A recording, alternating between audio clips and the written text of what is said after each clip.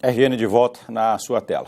Nesta terça-feira, o ministro da Agricultura, Blairo Maggi, disse que vai até o Supremo Tribunal Federal conversar com a ministra Carmen Lúcia para tentar reverter a decisão que considerou inconstitucional uma lei do Ceará que regulamentava a vaquejada. A gente precisa entender um pouco melhor isso, então a gente vai colocar ao vivo de Porto Alegre o nosso consultor jurídico, doutor Ricardo Afonsin, já está aqui conosco ao vivo, como sempre, doutor Ricardo.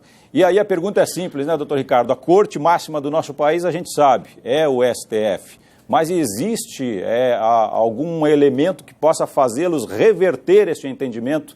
E é óbvio, em benefício, no caso da vaquejada e de todos os vaqueiros deste país. Boa noite.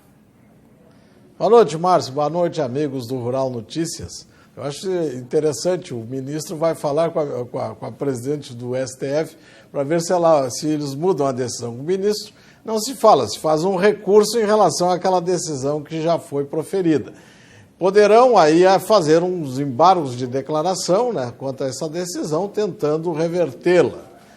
Dificilmente isso venha acontecer, embora o resultado tenha sido apertado, 6-5, pode acontecer até de aumentar a diferença em relação da inconstitucionalidade. Mas o que precisa que se entenda, Márcio e amigos do Rural Notícias e do Canal Rural, é que esta decisão do Supremo Tribunal Federal, ela declarou inconstitucional aquela lei lá do Ceará. Ela não disse que a vaquejada é ilegal, há um entendimento equivocado em relação à decisão.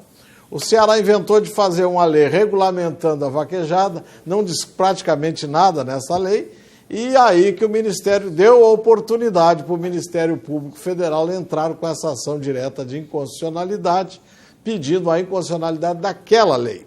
Já esta semana, um juiz lá do interior da Paraíba deu pela legalidade, não impediu uma vaquejada que deverá ocorrer, parece que agora nesse final de semana.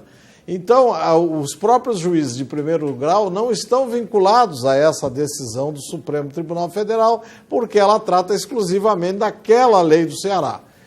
Em outras partes, em vários lugares do país, não foi declarada ilegal a vaquejada, né? Foi declarada, o próprio ministro Teori, quando deu o seu voto, ele diz, estamos julgando aqui esta lei do Ceará, nós não estamos julgando a legalidade ou ilegalidade da vaquejada. Então, esse é o entendimento que precisa que as pessoas tenham. Em São Paulo também, no início do ano, em Barretos, foi feita uma lei municipal que o Tribunal de Justiça de São Paulo declarou inconstitucional. Então, Márcio, eu estou entendendo e vendo, né, que há uma tendência nacional, a tendência mundial, de que este tipo de prática esportiva, essa, por mais antiga, por mais tradicional que seja, há uma tendência de que o judiciário dê a ilegalidade desses procedimentos, desse tipo de competição. O nosso tempo está acabando, mas o nosso tempo está acabando, mas o senhor acredita que essa pressão em Brasília, que foi feita agora no dia 25, aí, com mais de 6 mil vaqueiros de todo o país, pode ajudar nessa reversão da decisão? Eu acho que vai haver uma discussão, mas já tivemos a farra do boi declarado ilegal, rinha de galo, e na Europa as touradas, e assim é uma tendência mundial de declaração de inconstitucionalidade ou de ilegalidade desse assunto. Então eu vejo que mesmo que faça uma lei o Congresso Nacional, dizendo como estão dizendo que vão dizer, que é legal, entrará uma ação direta de inconstitucionalidade e provavelmente o STF também manterá essa posição. Então, a tendência não é boa, Márcio.